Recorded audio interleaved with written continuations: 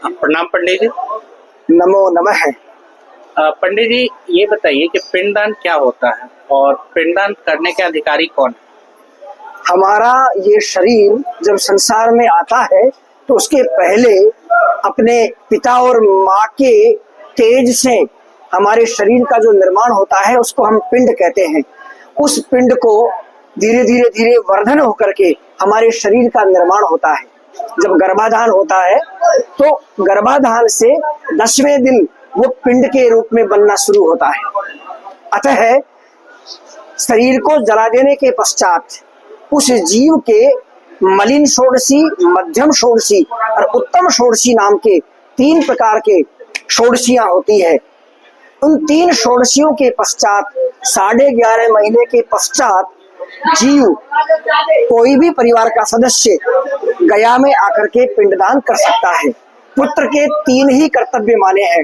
देवी भागवत में कहा गया है कि पुत्र के 3 ही कर्तव्य हैं।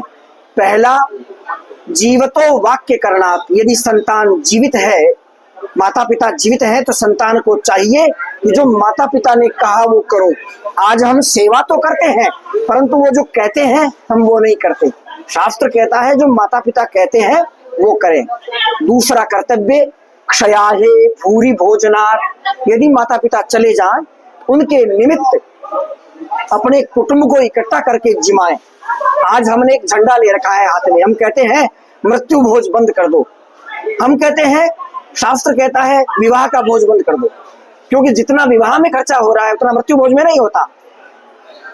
वो जीव अपने कुटुंब को जब जाने के पश्चात इकट्ठा हुआ देखता है तो वो विचार करता है कि कोई बात नहीं, मेरे जीते जी मेरा कुटुंब इकट्ठा नहीं हुआ पर मेरे जाने के पश्चात मेरा कुटुंब एक जगह जी रहा है। तो पुत्र के दूसरे कर्तव्य के रूप में उनके जाने पर, माता पिता के चले जाने पर कुटुंब को, पूरे कुटुंब को जिमाए, एकत्रित करे। और गयायाम पिंडदानाच्च त्रिभी पुत्रस्य पुत्रता, और गया में जाकर के उनके निमित्त पिंडदान कर दे, यही पुत्र की पुत्रता है। अन्यथा पुत्र और मूत्र एक ही स्थान से उत्पन्न होते हैं। गया श्राद्ध के लिए जो शास्त्र में आज्ञा है कि श्राद्ध पक्ष में गया श्राद्ध करना चाहिए, ये शास्त्र की आज्ञा है। उन्होंने वर्ष में ये 17 दिन निर्धारित किए हैं कि वर्ष भर में 17 दिन आपको गया में निकालने हैं। पर ऐसा नहीं है कि केवल वो 17 दिन ही आप श्राद्ध कर सकते हैं, ऐसा नहीं है। 2 भ्रांतियां लोक में व्याप्त है।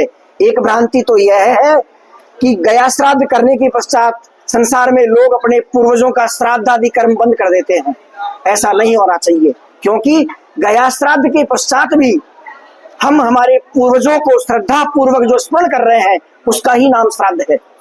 श्रद्धा पूर्वक अपने पूर्वजों के प्रति कृतज्ञता का ज्ञापन श्राद्ध कहलाता है। और अभी इस समय में पुरुषोत्तम मास चल रहा है। भगवान गदाधर जो गया के स्वामी हैं वो पुरुषोत्तम है, तो पुरुषोत्तम मास में गया श्राद्ध की महत्ता बढ़ जाती है, अनंत गुणा हो जाती है।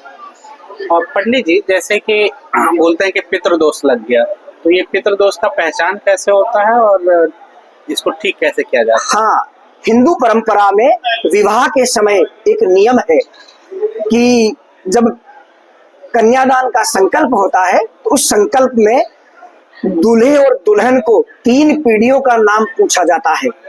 पिता, दादा और परदादा। द्वादशा परान, द्वादशा वरान, यानी वर की 12 पीढ़ियां, 12 पीढ़ियां वधू की, और 25वीं पीढ़ी में वर और वधू दोनों, यानी 25 पीढ़ी तक का संबंध जुड़ता है। तो जब कन्यादान का संकल्प होता है तो ये कहलवाया जाता है कि तुम्हें इन 3 पीढ़ियों के त्रिपिंडी श्राद्ध का तुम पर ऋण है। जब कोई व्यक्ति 3 पीढ़ियों के त्रिपिंडी श्राद्ध का, 3 पीढ़ियां निकल जाने पर भी उनका त्रिपिंडी श्राद्ध आदि कर्म नहीं होता तो 4थी पीढ़ी की कुंडली में काल सर्प दोष आता है। 5वीं पीढ़ी की कुंडली में पितृश्रापित कुंडली होती है।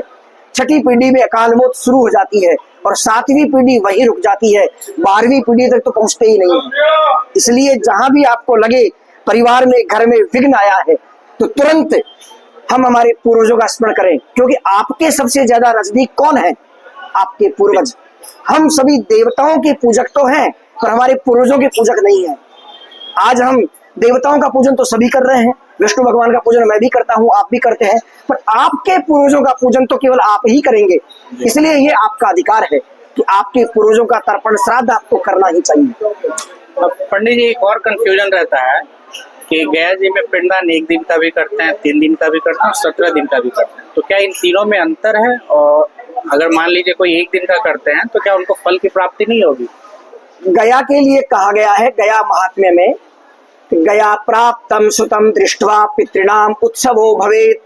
गया जाऊंगा, कोई जीव ये संकल्प कर लेता है तो पितरलोक में हमारे पूर्वज नृत्य करने लगते हैं।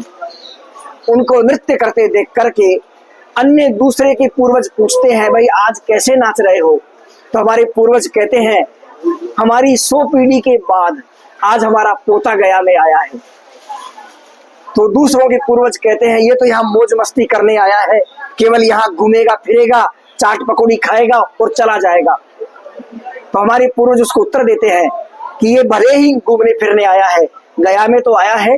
गदाधर भगवान का वचन है, ब्रह्मा जी को वरदान देते हुए भगवान गदाधर ने कहा था कि कोई गया पहुंच गया और यहाँ पहुंचने पर फल्गु की रेती में चलेगा, उसके पांव के बने हुए खड्डों में भरा हुआ फल्गु का पानी उसके पूर्वजों को तृप्त कर देगा। तो यहाँ पहुंचने पर कोई जीव अपने हाथ से अपने पूर्वजों को दे तो तृप्ति क्यों नहीं होगी? एक बात। दूसरा, यदि सामर्थ्य हो और श्रद्धा हो तो गया श्राद्ध पूरा करना चाहिए। वो 17 दिवसात्मक होता है। त्रिस्पर्शा, 3 पक्षों का स्पर्श होता है। उसमें लगभग 48 वेदियां हैं। ये मातृपक्ष की 48 वेदियां, पितृपक्ष की, ऐसे करके 96 वेदियां होती है टोटल। वो कोई कर ले तो वो इस पृथ्वी पर जीवन मुक्त है, धन्य है। पर मान लो किसी जीव को इतना समय नहीं मिले तो वो व्यक्ति, जीव को चाहिए कि वो 8 दिन का करे। उन वेदियों को करवाने वाले विद्वान दुगने वेदियों को नित्य पूजन और पिंडदान करवाएंगे। यदि मान लो इतना भी सामर्थ्य नहीं तो 4 दिन का करे, और 4 दिन का भी सामर्थ्य नहीं तो प्रयास करे, भगवान गदाधर के चरणों में पहुंच करके उनको प्रार्थना करे, हे गदाधर, मेरा ऐसा सामर्थ्य नहीं, मेरी व्यस्तता के कारण मैं भगवान आपको प्रसन्न करके मेरे पूर्वजों का उद्धार करूं,